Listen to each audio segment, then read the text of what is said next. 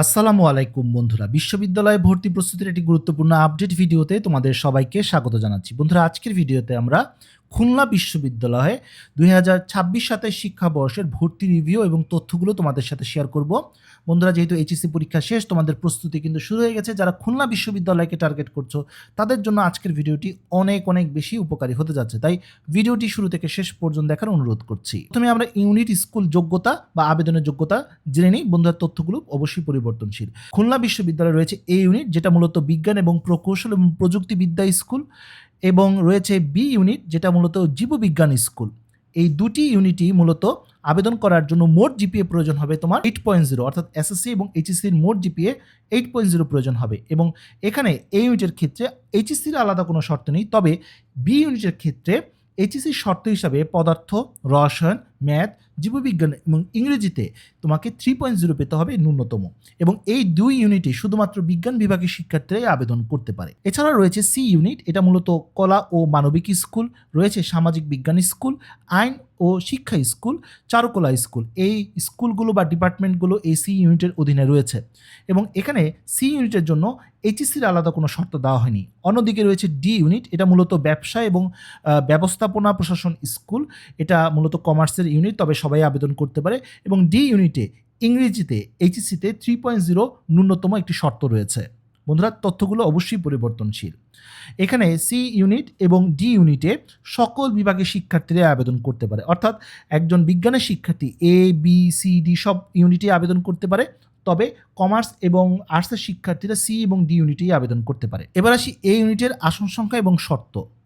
বন্ধুরা, তোমরা দেখতে পাচ্ছ এখানে বেশ কিছু সাবজেক্ট রয়েছে। স্থাপত্য রয়েছে, কম্পিউটার সায়েন্স, নগর এবং গ্রামীণ পরিকল্পনা, ইলেকট্রনিক্স, গণিত, পদার্থ, রসায়ন, পরিসংখ্যানের মতো সাবজেক্ট। এখানে সর্বমোট প্রায় 320টি আসন রয়েছে, যার মধ্যে 303টি হচ্ছে সাধারণ শিক্ষার্থীদের জন্য, বাকিগুলো কোটা।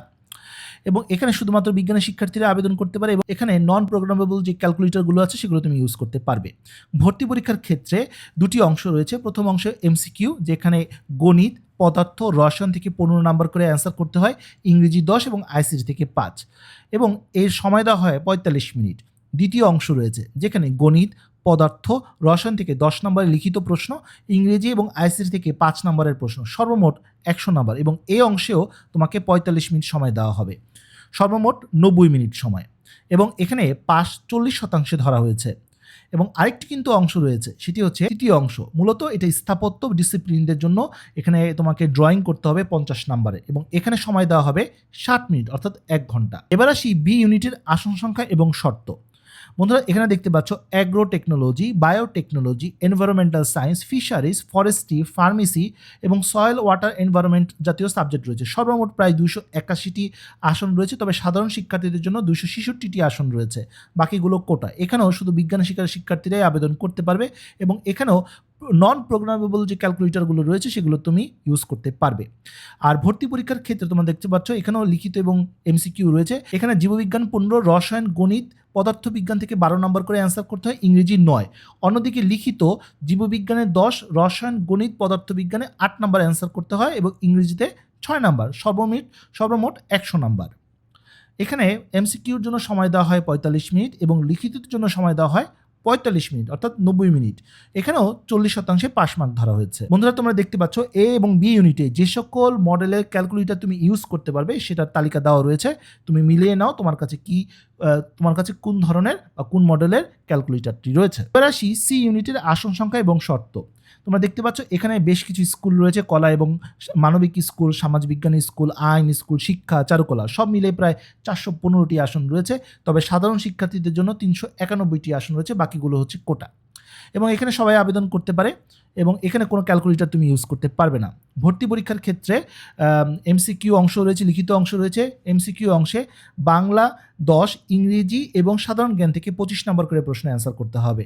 লিখিত বাংলা 10 এবং ইংরেজিতে 30, সব মিলিয়ে প্রায় 100 নাম্বার। এছাড়া যারা চারুকলাতে পরীক্ষা দেবে তাদের লিখিত অংশে ড্রয়িং এবং ডিজাইনের উপর আলাদা একটি পরীক্ষা হবে, সাধারণ জ্ঞানের উপর, এখানে মূলত 50 নাম্বার। আর এখানেও সব মিলিয়ে প্রায় 40% পাস মার্ক ধরা হয়েছে।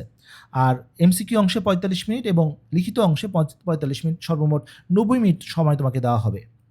এবার আসি ডি ইউনিটের আসন সংখ্যা এবং শর্ত। ডি ইউনিটে সবাই আবেদন করতে পারে এবং এখানে তোমরা দেখতে পাচ্ছ 2টি সাবজেক্টই রয়েছে, ব্যবসা প্রশাসন এবং হিউম্যান রিসোর্সেস ম্যানেজমেন্ট। সর্বমোট 88টি আসন রয়েছে, তবে সাধারণ শিক্ষার্থীদের জন্য 83টি আসন রয়েছে, বাকিগুলো কোটা। এবার এখানে সবাই আবেদন করতে পারে, আর এখানে ক্যালকুলেটর ইউজ করতে পারবে না। এখানে প্রশ্নটা কিন্তু ইংরেজি মাধ্যমেই হয়ে থাকে।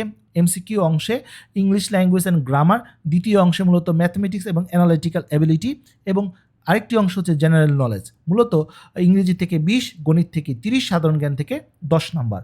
আর লিখিত অংশে ইংলিশ কম্পোজিশন, যেটার মধ্যে ট্রান্সলেশন রয়েছে, ইডিয়মস রয়েছে, ফ্রেজেস রয়েছে এবং প্যারাগ্রাফ থেকে প্রশ্ন আসে, সর্বমোট 40 নাম্বার এবং সব মিলিয়ে 100 নাম্বার। এবং এখানেও 40% পাস মার্ক ধরা হয়েছে। এখানেও এমসিকিউ অংশে 45 মিনিট এবং লিখিত অংশে 45 মিনিট সময় তোমাকে দেওয়া হবে। এবার আসি আবেদন প্রক্রিয়া। আবেদন করতে হবে সম্পূর্ণ অনলাইনে খুলনা বিশ্ববিদ্যালয়ের ওয়েবসাইটের মাধ্যমে।